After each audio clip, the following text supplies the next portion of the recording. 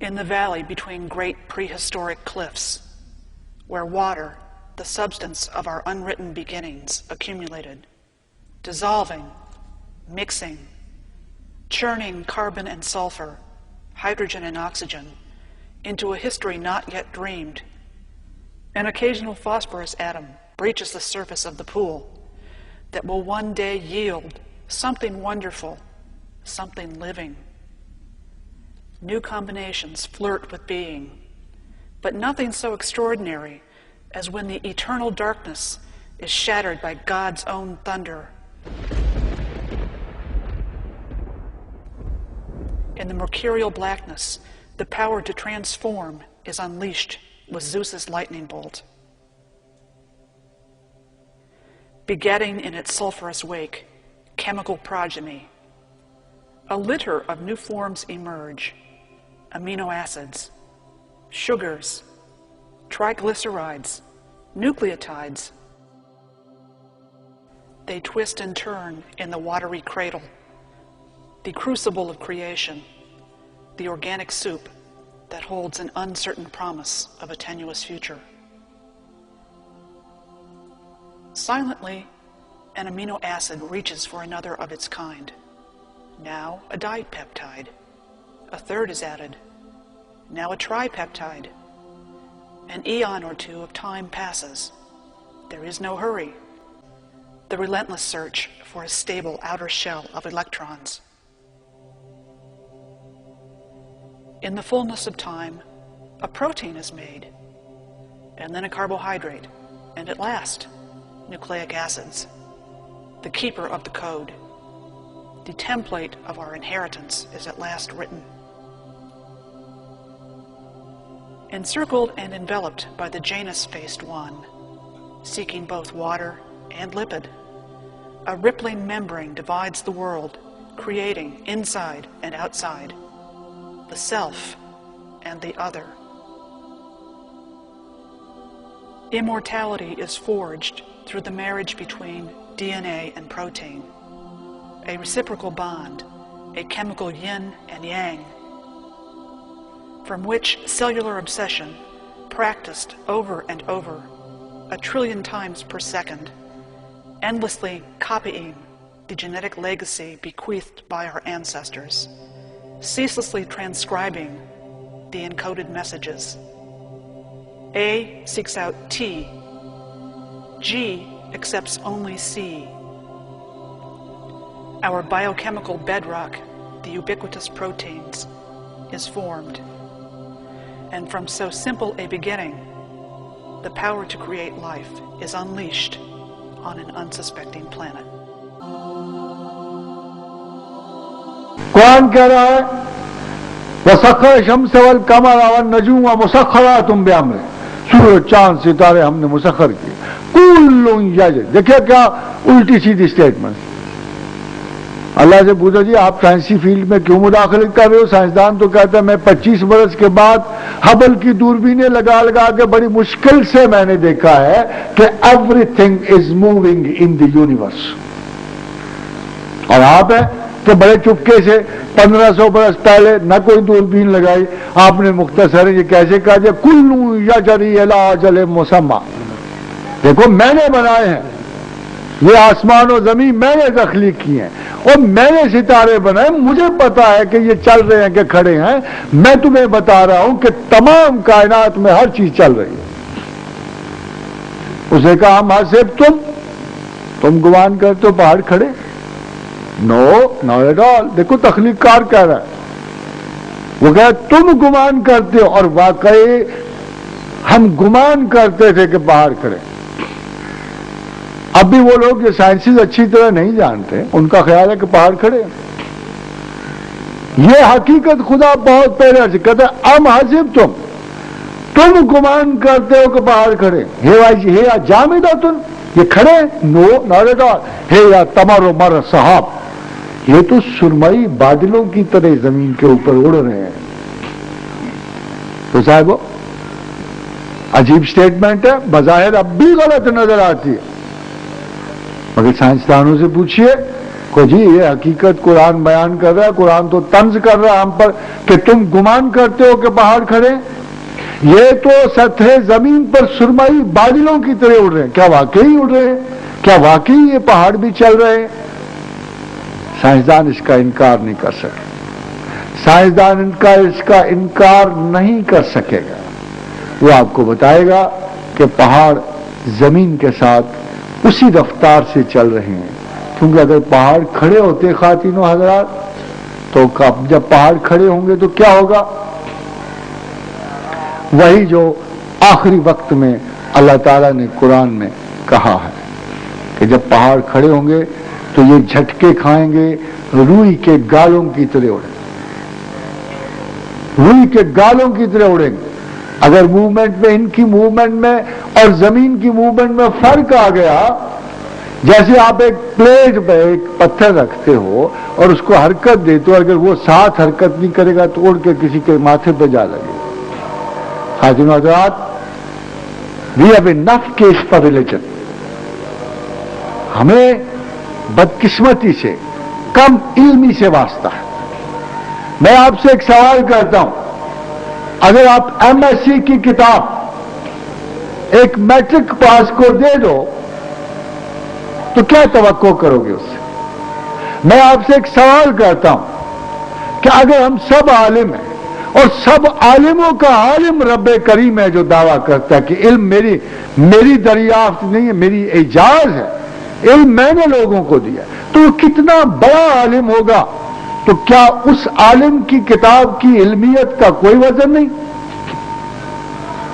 کیا اس کتاب کی علمیت کا کوئی وزن نہیں؟ اس کا کوئی انٹلیکچوئل سٹینڈرڈ نہیں؟ کیا ایک پی ایچ ڈی والا یہ سمجھتا ہے کہ اللہ کی کتاب کا انٹلیکچوئل سٹینڈرڈ مجھ سے کم ہوگا، ایم ایس سی کی کتاب سے کم ہوگا، پی ایچ ڈی کے کسی تھیسس سے کم ہوگا؟ مصیبت یہ ہے کہ ہم نے اپنے آپ کو دنیاوی اعلیٰ ترین تعلیم کے لیے تو مخصوص کیا، مگر کائنات کی سب سے بڑی کتاب علم کو ہم نے ان لوگوں کے حوالے کر دیا جو شاید اللہ کے انسٹرومنٹ آف نالج سے اس سرے سے واقف نہیں. یہ بدقسمت. کیا یہ حق ہے قرآن کا کہ اسے سارے میٹرک فیل ہی پڑھے، پرائمری پاس پڑھے؟ کیا قرآن کا حق نہیں ہے کہ پی ایچ ڈی کرنے کے بعد حضور یار درخواست گزاری جائے کہ اے پروردگار عالم اپنی علمیت کی کلاس میں ہمیں اب داخلہ دے دو، اب ہم اس قابل ہوئے، اب ہم اس قابل ہوئے ہیں، دنیاوی علوم پڑھ چکے ہیں، سائیکالوجی پڑھ چکے ہیں، فلسفہ پڑھ چکے ہیں، تاریخ پڑھ چکے ہیں، کچھ نہ کچھ اب تیری کتاب کی ہمیں سمجھ آئے گی۔ اے پروردگار اجازت بخش، تائید بخش، اور ان لوگوں کی طرح بخش جن کو پہلے تو نے علم عطا کیا، پہلے تم نے ان کو جنت کی بشارت دی۔ آپ کو پتا ہے الحمد کیا ہے؟ جملہ تعلیم کے حصول کے بعد خدا کی کلاس میں داخل ہونے کی دعا۔ کیا ہے پروردگار عالم؟ تو رب رحمان و رحیم و کریم ہے، تو مالک یوم الدین ہے، سیدھے رستے کے، کیونکہ علم ہی سیدھا رستہ دکھاتا اور کوئی چیز سیدھا رستہ نہیں دکھاتا۔ بغیر علم آپ سیدھا رستہ نہیں پا سکتے، تو چونکہ تو ہی سیدھا رستہ دکھاتا اور ان لوگوں کا رستہ دکھا جنہیں تو نے پہلے علمیت ظاہرہ اور باطنہ عطا فرمائی اور ان کی بخشش فرمائی، ان لوگوں کا نہ بتانا جو سیکولر ہوئے، جنہوں نے رستے میں اپنی ریزنز دریافت کی، جنہوں نے تیرے مقابل علوم کو ترجیحات دی اور تیری تعلیمات پہ اعتراض کیا اور تیرے حروف پہ اعتبار نہ کیا اور تیرے لیے عقل و معرفت استعمال نہیں کی، ایک ایٹم کو پھاڑنے میں جیسے رتھر فورڈ نے محنت کی ہے، ایک قرآن کی آیت پڑھنے میں نہیں کی تو اس کا یہ حق نہیں ہے۔ میں نہیں کہتا کہ اس کو پڑھنا چاہیے، یہ حق نہیں ہے کہ وہ قرآن پہ تنقید کرے، کسی کا یہ حق نہیں ہے، کسی عالم و فاضل کا، کہ جملہ معمولی معلومات کے ساتھ وہ کتاب الہی پہ اعتراض کرے۔ کتاب الہی پہ وہ اعتراض کرے کہ جس نے کتاب الہی کا مطالعہ علوم کی معرفت سے کیا، اس کو اعتراض کا حق ہے، اس کے اعتراض کے حق کو اللہ پہچانتا ہے۔ کہہ دے تو شک لا، میں تیرا شک دور کروں گا، تو مجھے ریزن دے، میں تجھے ریزن دوں گا، تو مجھے دلیل دے، میں تجھے دلیل دوں۔ لے یہلکا من ہلکا ام بینۃ، لے یہلکا من ہلکا ام بینۃ، جو ہلاک ہوا وہ دلیل سے ہلاک ہوا، ویحییٰ من حییٰ ام بینۃ، جو زندہ ہوا وہ دلیل سے زندہ ہوا۔ ان اللہ لسمیع علیم، اللہ سننے والا ہے، تمہارے دل کی سرگوشیوں میں جو اعتراض ہوگا وہ میں سنوں گا، تمہارے ذہن کی اتھا گہرائیوں میں بھی اگر کوئی خبط عظمت ہے تو میں اس سے آگاہ ہوں، کوئی شبہ ہے تو میں آگاہ ہوں۔ میری کتاب تمہارے سامنے پڑی ہے یار، الف لام میم ذالک الکتاب لا ریب فیہ، میں تمہیں کہہ رہا ہوں نا، اس میں کوئی شک نہیں۔ لے کے آؤ شبہ،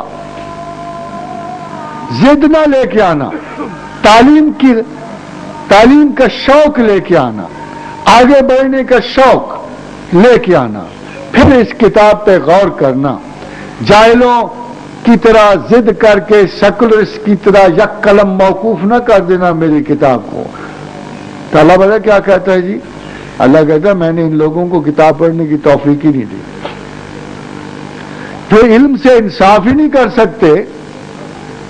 دیکھیں نا آپ، رسل نے جیسے جملہ کہا تو اس نے خدا کی بات ریپیٹ کر دی نا، why should I, all gospel truth is alike. میں بھائی کیا پڑھنے کی ضرورت ہے؟ کوئی مذہبی حقائق ڈفرینٹ تو نہیں نہ ہوتے، مگر مذہبی حقیقت کے لیے ہمیں یہ جاننا پڑے گا کہ اگر ہم خدا کو چیلنج دے رہے ہیں تو پھر خدا کی مرضی کی دستاویز چیک کرنی ہوگی۔ خدا تورات کو اپنی دستاویز قرار نہیں دیتا، خدا زبور کو نہیں قرار دیتا، اناجیل کو نہیں قرار دیتا، وہ یہ کہتا ہے کہ دیکھو یہ دستاویز چیک کرو، اس کا ایک ایک حرف اور نقطہ سلامت ہے، اس کی میں نے حفاظت کی ہوئی ہے، ہاں اس پہ اگر کوئی اعتراض ہے الف لام میم ذالک الکتاب لا ریب فیہ وما علینا الا البلاغ۔